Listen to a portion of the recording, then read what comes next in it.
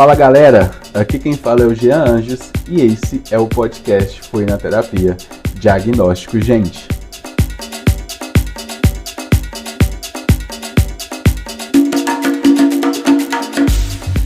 Salve, salve família! E aí, como vocês estão? Espero que estejam todos bem. Hoje o nosso assunto, que é um assunto bem comum, né? Provavelmente você já deve ter escutado alguém falar isso, que fui na terapia e eu descobri que eu não me conhecia. Eu não sabia nada sobre mim, ou pouca coisa sobre mim. E aqui eu vou falar um pouco do meu início, né, da terapia enquanto na minha última psicóloga. Se você não acompanhou o último episódio, eu falei um pouco do início e experiências curtas com outras psicólogas. E desde 2018 eu tô com a minha atual, que atende pela abordagem TCC. E eu vou falar um pouco do início, os meus primeiros aprendizados nas primeiras sessões, tá? Ali no início eu comecei a fazer uma vez por semana, né? Terapia uma vez por semana, 4 vezes no mês em média. E ela pediu como que fosse que a gente tivesse uma frequência um pouco maior justamente por conta disso, para a gente ter um acompanhamento mais de perto sobre essas questões e ter um processo ali um pouco mais rápido, né? E a primeira coisa que a gente começou a conversar, lembrando que o meu assunto de início, né, o meu gatilho de início foi relacionado a relações amorosas, a primeira coisa que a gente começou a conversar foi basicamente uma anamnese, né? Para ela me conhecer, como é que era a minha vida, como é que era a minha família, meu trabalho, o que eu acreditava, o que eu procurava nas pessoas, como eram minhas relações sociais, como eram minhas relações amorosas que eu haviam tido. Então, me conhecer de uma forma geral e para a gente conseguir aprofundar nas questões, tá? E logo depois desse início, assim, a gente foi passando pela anamnese, né, família e tudo mais, ela me apresentou, né, o que seria a TCC e como que a gente abordaria essas questões. A TCC, né, que é cognitiva comportamental, eu vejo, né, pelo que eu sei hoje, tá? De novo, visão de paciente, não de profissional da saúde, visão de paciente. Eu vejo que são coisas mais práticas, né? Tem muitos to-dos, né? Tem muitos afazeres ali para a gente se conhecer e buscar respostas para as nossas questões. Eu não sei se vocês estão ouvindo aí uma sirene, tá passando uma ambulância aqui próximo aqui. Mas eu acho que dá para ir levando aqui por enquanto. Então, nesse início, a gente começou a fazer e a entender como que seria o nosso processo. E ela me apresentou uma das bases ali da TCC, né? Se me corrija se eu estiver errado nos comentários aí. Uma das bases ali da TCC que a TCC tem uma árvore, né, de crenças ali. Inclusive, se você digitar no Google árvores crença TCC, você vai achar alguns artigos e imagens relacionados a isso. E como que seria essa árvore, né? Ela me apresentando. Pensa numa árvore que tenha raízes, né? Aí tem o tronco da árvore, tem as folhagens em cima, né? As folhas. E o que seria as folhas, né? Seria os nossos pensamentos automáticos. O que a gente pensa quando acontece coisas específicas que nos chateiam ou que nos trazem felicidades, são os nossos pensamentos automáticos. O tronco da árvore ali, mais ou menos, seria as crenças intermediárias, né? E aí eu tô lendo aqui que essas crenças intermediárias mediam o que vem da raiz através de estratégias, regras e suposições para agir. E a raiz dessa árvore seriam as crenças centrais. Essas crenças seriam crenças profundas, rígidas, difíceis de serem acessadas, presentes há muito tempo, sustentadas pelo ambiente em que vivem, tá? Essas informações eu tô vendo aqui num blog de um psicólogo chamado Paulo Alencar, beleza? E as imagens, né? Tem algumas imagens aqui no Google aqui, então cada imagem tem uma definição específica, mas todos têm esse mesmo significado de base, né? Então, ela me apresentou essa árvore e como que a gente precisaria olhar para essas crenças centrais, né? As profundas, as rígidas, e ao mesmo tempo fazer um trabalho em conjunto com as crenças intermediárias e os nossos pensamentos automáticos. E daí, né, ali no início da terapia, ela me explicando bem didaticamente tudo isso, a minha psicóloga é sensacional, sensacional. Ela me explicando bem didaticamente sobre isso, né, para eu entender, para ver como é que eu faria isso. E de novo, eu sou uma pessoa muito prática, então eu vi ali, eu já quis botar em prática já logo em seguida, né, porque eu tava com muita sede de melhora ali naquele início de processo. E tendo isso em mente, ela pediu a minha primeira tarefa, assim, se não foi a primeira, mas uma das primeiras, mas a mais marcante, ela me pediu para fazer registros de pensamentos diários. E tinha um tempo que eu não acessava eles, e para fazer esse episódio eu acessei eles aqui, eu tenho salvo até hoje, tá? Tem aqui, a última atualização desse registro foi em 2019, ou seja, eu fiquei aí um ano, mais de um ano um pouquinho, fazendo registros de pensamentos diários. E, cara, eu acessei aqui e eu vi algumas coisas que eu anotava, mano. Eu vou falar algumas coisas aqui, tá? Eu vou falar algumas coisas aqui, mas assim, eu leio isso aqui hoje, né? Com o Jean de hoje, 8 anos depois, 7 anos depois, e eu fico assim, cara, que engraçado. E que bom que isso aconteceu, né? Porque se não fosse esse Jean dessa época, o Jean atual não existiria. E eu vou dar uma passada por eles. Mas no que consistia então esse registro de pensamento diário? Eram algumas coisas que a minha psicóloga tinha pedido para eu anotar, para eu, né, entender o que estava acontecendo comigo naqueles momentos, me entender enquanto emoção, né, comportamento e tudo mais, e começar a identificar essas coisas mais fáceis no futuro, né? Hoje eu enxergo um pouco nessa visão. Basicamente me conhecer enquanto oportunidades, né, enquanto social e o que fazer em relação a esses sentimentos. Então era basicamente algumas coisas. Eu precisava anotar registro de pensamentos diário, a data e a hora que aquilo ali aconteceria. Então o dia, eu basicamente anotava o dia e o horário. Qual que era a situação, qual que era o gatilho, né, da situação ali em específico, qual que era o pensamento automático, e isso aqui, essa parte é a mais difícil, eu vou decifrar um pouco mais. Qual que era a emoção que eu sentia ali naquele momento, que seja tristeza, insegurança, incômodo, agonia, qual que era a emoção, o sentimento ali daquele momento. Qual que era o meu comportamento imediato através daquele gatilho, e qual que era a intensidade dessa emoção, né, de 0 a 10 ali, como que eu sentia aquela emoção, né? Então tinha que ranquear aquela emoção ali de 0 a 10 para entender o que estava acontecendo. E, cara, eu vou ler algumas aqui para vocês verem o que eu anotava, né? E lembrando que o meu gatilho inicial para fazer terapia era coisas relacionadas à relação amorosa, né? Então 99% das coisas que eu anotei aqui são relacionadas a isso, né? O social relacionado a isso.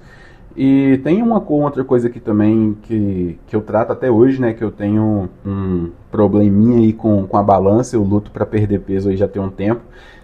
Mas também falarei um pouco mais sobre isso depois, até porque faz parte da terapia e é um processo também que me ajudou no início. Mas vou falar aqui algumas coisas. Olha só, a primeira coisa que eu anotei aqui foi um domingo, eu não anotei a data certinha, né, mas era um domingo, às 2 horas da tarde. Eu anotei aqui, facilidade em conhecer mulher, era a situação. Essa facilidade em conhecer mulher era, pelo que eu tô lendo aqui, eu não lembro muito bem a situação, tá? Pelo que eu tô lendo aqui, eu acho que eu tava em algum rolê, eu tava em algum momento ali de rolê, e tinha alguém comigo que tinha muita facilidade em conhecer mulheres, né? E para conversar e tudo mais.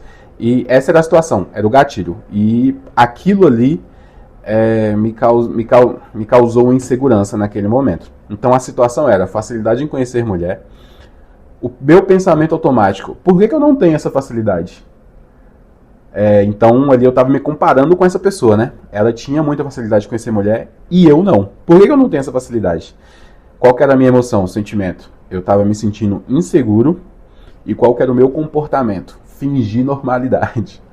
Aí eu vou adiantar um negócio aqui, que esse fingir normalidade vocês vão escutar muito, não só hoje, mas em todos os outros podcasts. Porque eu sou muito bom em fingir normalidade, tá?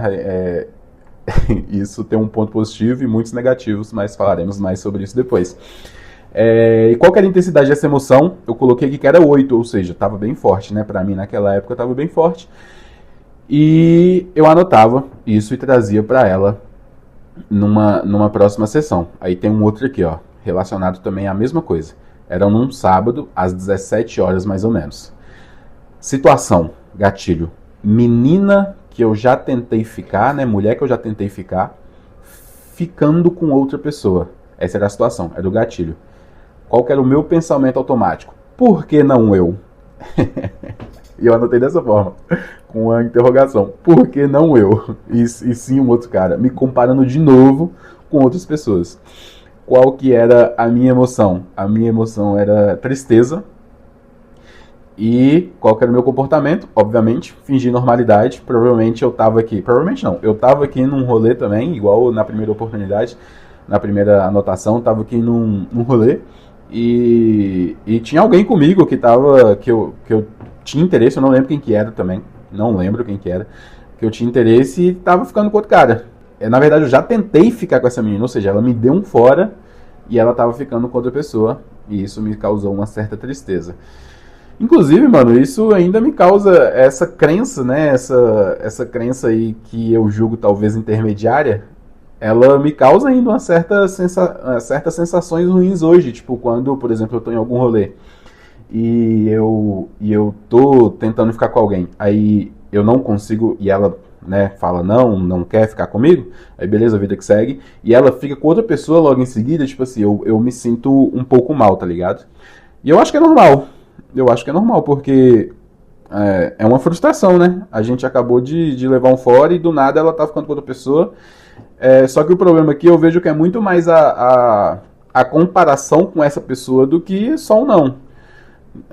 E é uma coisa também, assim, que é um pouco frustrante, eu acho, porque as pessoas, elas te julgam de primeiro momento pela aparência e tudo mais, e, tipo, tá tudo certo. Eu acho que as relações sociais hoje, no geral, não só amorosas, também vai muito por aparência, tá?